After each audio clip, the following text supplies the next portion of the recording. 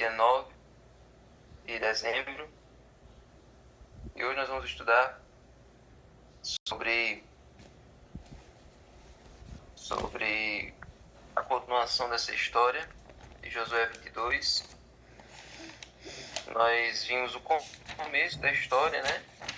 As tribos se revoltando, 9 tribos e meia se revoltando contra as 2 tribos e meia e foram para o outro lado, e a gente ficou por isso. E aí durante essa semana a gente vai ver por que essas 2 tribos e meia decidiram construir aquele altar do outro lado. Será que eles tinham alguma intenção de se afastar de Deus? Será que eles tinham alguma intenção de se apostatar? Quais eram as verdadeiras intenções deles? Nós vamos descobrir durante a semana. Acontece que as 9 tribos e meia eles ficaram preocupadas com esse comportamento, com essa atitude deles de construir esse altar. E aí eles justificaram essa preocupação deles. Eles deram um motivo para eles estarem tão preocupados. Um motivo válido. Esse motivo está aí no verso 13 e 15. Eles disseram assim. Vamos ler o verso 16 e 17. Assim diz toda a congregação do Senhor: que infidelidade é esta que vocês cometeram contra o Deus de Israel, deixando hoje de seguir o Senhor, edificando um altar para vocês, para se rebelarem contra o Senhor? Será que não nos bastou a iniquidade de Peor, e que até hoje ainda não nos purificamos, apesar de ter vindo uma praga sobre a congregação do Senhor, para que hoje vocês deixem de seguir o Senhor? Se hoje vocês se rebelam contra o Senhor, amanhã ele ficará irado com toda a congregação de Israel. Então, gente, aí eles apresentaram o motivo.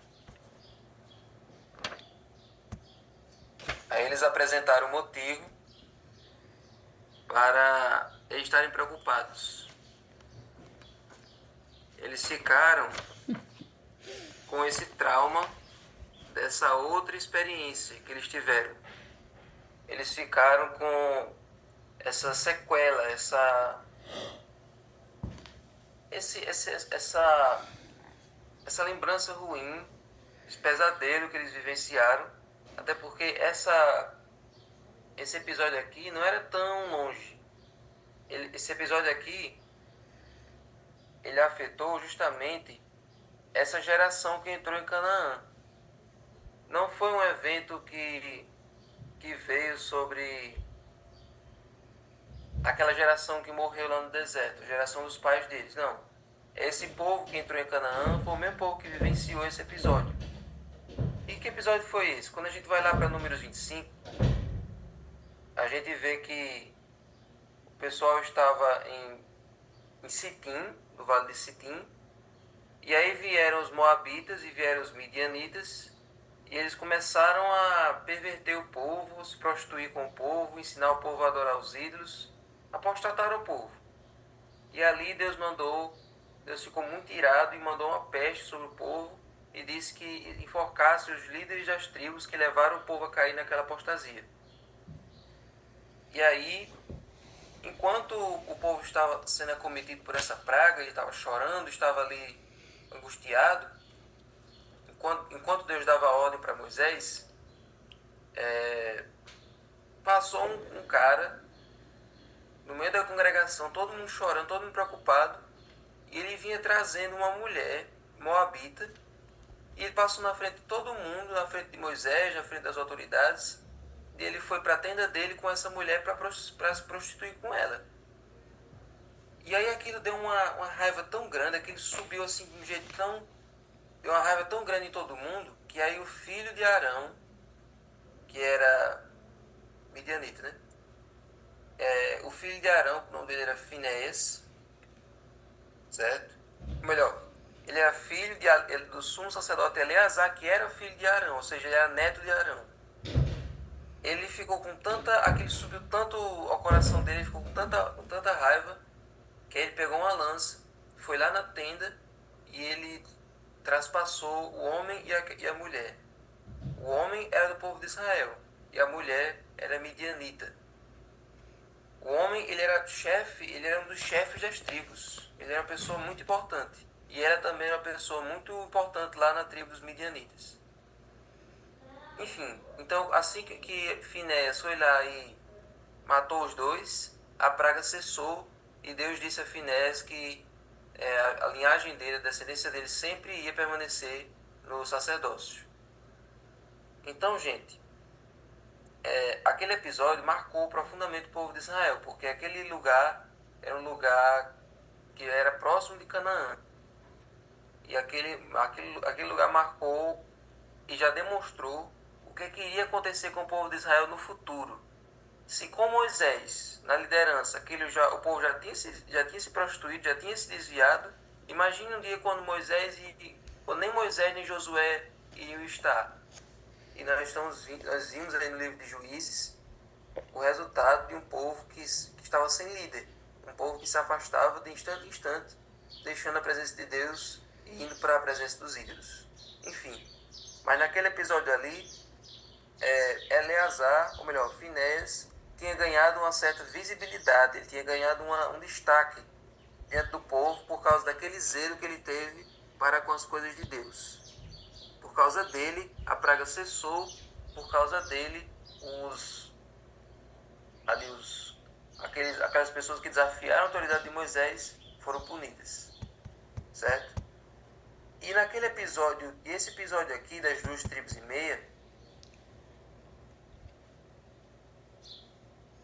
nesse episódio aqui das 2,5 tribos, o povo todo de Israel, os filhos de Israel foram convocados para estar ali naquele momento.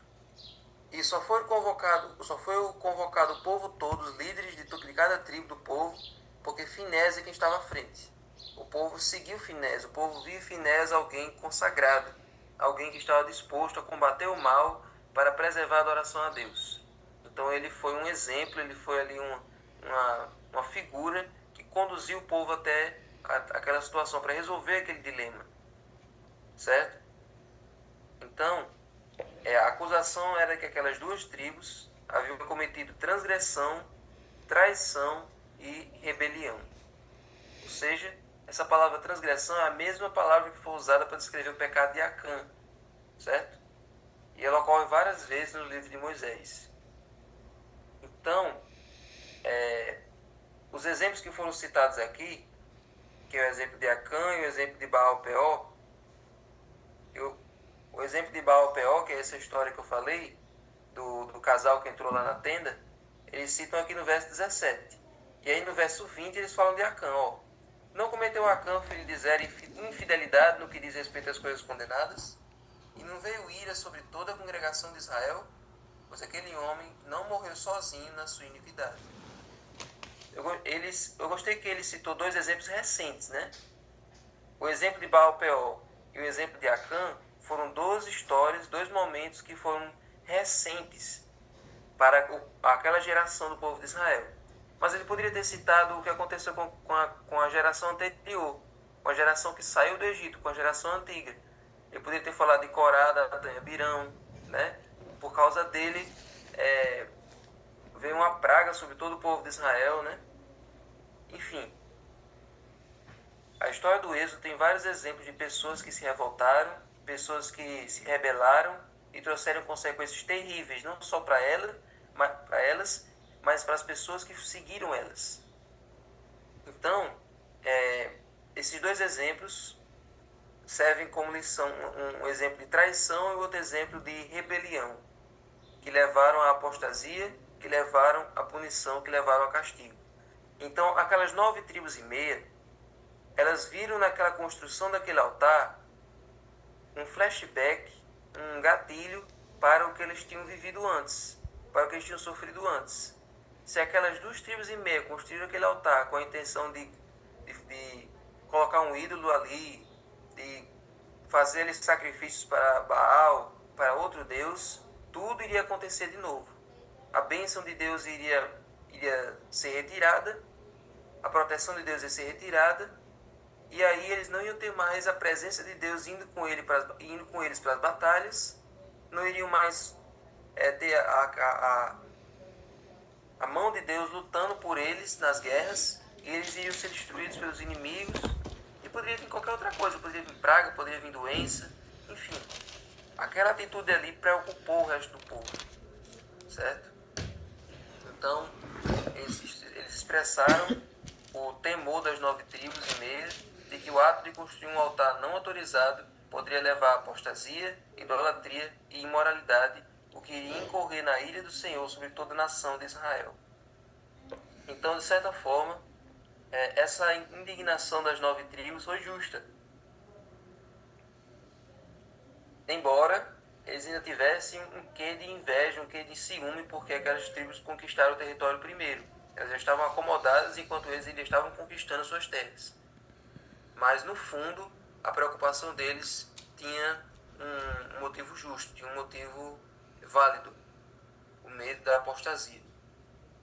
Então, gente, aqui a lição da terça termina perguntando o seguinte: todos nós temos experiências negativas do passado que moldam a maneira como lidaremos com incidentes semelhantes no futuro. Todo mundo aqui tem alguma experiência traumática, alguma experiência negativa, alguma experiência que não gostaria de lembrar, mas que ajuda a gente a evitar erros semelhantes no futuro. Até porque o erro é a nossa maior professora, nosso maior professor. A gente erra e aí, a partir daquele erro, a gente sabe que a gente não deve mais fazer aquilo, não deve ir mais por aquele caminho. Então, como é que a graça de Deus pode nos ajudar a garantir que as tragédias do nosso passado não determinem a maneira como tratamos as outras pessoas? Como é que a graça de Deus pode garantir que a gente não cometa os mesmos erros? Então, gente, quando a gente diz que aceita Jesus, mas o tempo passa, a gente continua fazendo a mesma coisa, a gente não muda de jeito nenhum, nem demonstra que está lutando contra aquele erro, isso demonstra que você não está sendo transformado pela graça de Cristo, você não está permitindo que ele haja. Você não está deixando que ele faça a operação. Então, a graça de Cristo só tem poder se você permitir que ela haja, permitir que ela transforme. É que nem quem tem computador sabe que existe uma coisa chamada antivírus. O antivírus, ele vai ajudar a tirar qualquer problema, qualquer vírus que entre no seu computador para travar, para corromper seus arquivos, para acabar com seus dados pessoais. O vírus ele tem a função de entrar para destruir seu computador. E para isso você baixa o antivírus. O antivírus vai combater o vírus, né? Mas o antivírus, ele pode ser desativado. Se eu não quiser que o antivírus haja, eu só vou lá e desativo ele. Ele continua lá, mas sem conseguir fazer nada porque eu desativei. E quando eu desativo, aí os vírus podem entrar com vontade e corromper o computador.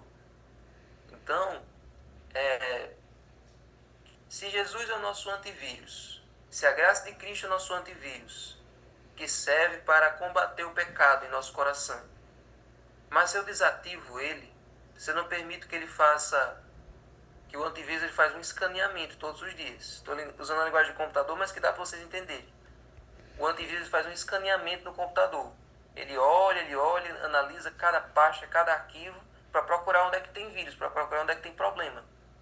Se eu não permito que Jesus faça esse escaneamento no nosso coração todos os dias, para encontrar onde é que tem o vírus, para encontrar onde é que tem o pecado, para acabar, para eliminar, para erradicar o mal na nossa vida, se eu não permito que ele faça isso todos os dias, então o pecado vai se alastrando, vai encontrando mais espaço, vai encontrando mais brechas, até que o nosso corpo, a nossa mente vai estar toda infectada novamente. Então, aquele altar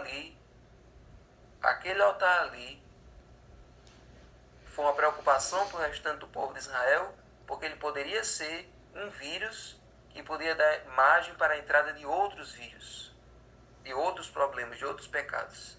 Então, gente, não dê espaço para Satanás, não dê lugar ao diabo, não dê brecha para que ele age na sua vida, para que ele lhe faça escravo do pecado novamente. Foi para a liberdade que Cristo te libertou. Não dê dê lugar ao diabo e permita que a graça de Deus te transforme e possa impedir que você cometa os mesmos erros de antes. Ande agora em novidade de vida. Ande agora prosseguindo para o alvo, para o prêmio da soberana vocação que Jesus vai lhe dar. Amém? Amém. Senhor Deus, agora abençoa o estudo do livro. Pedimos a tua bênção para o nosso dia, que possamos, Senhor, pedir e reivindicar a tua presença em nosso meio, que a tua graça nos transforme e nos faça não pecar contra ti. Fica conosco, abençoa agora quem for passar o livro, nos ajuda, nos abençoa, dá-nos um bom restante de dia. Em nome de Jesus. Amém. Amém.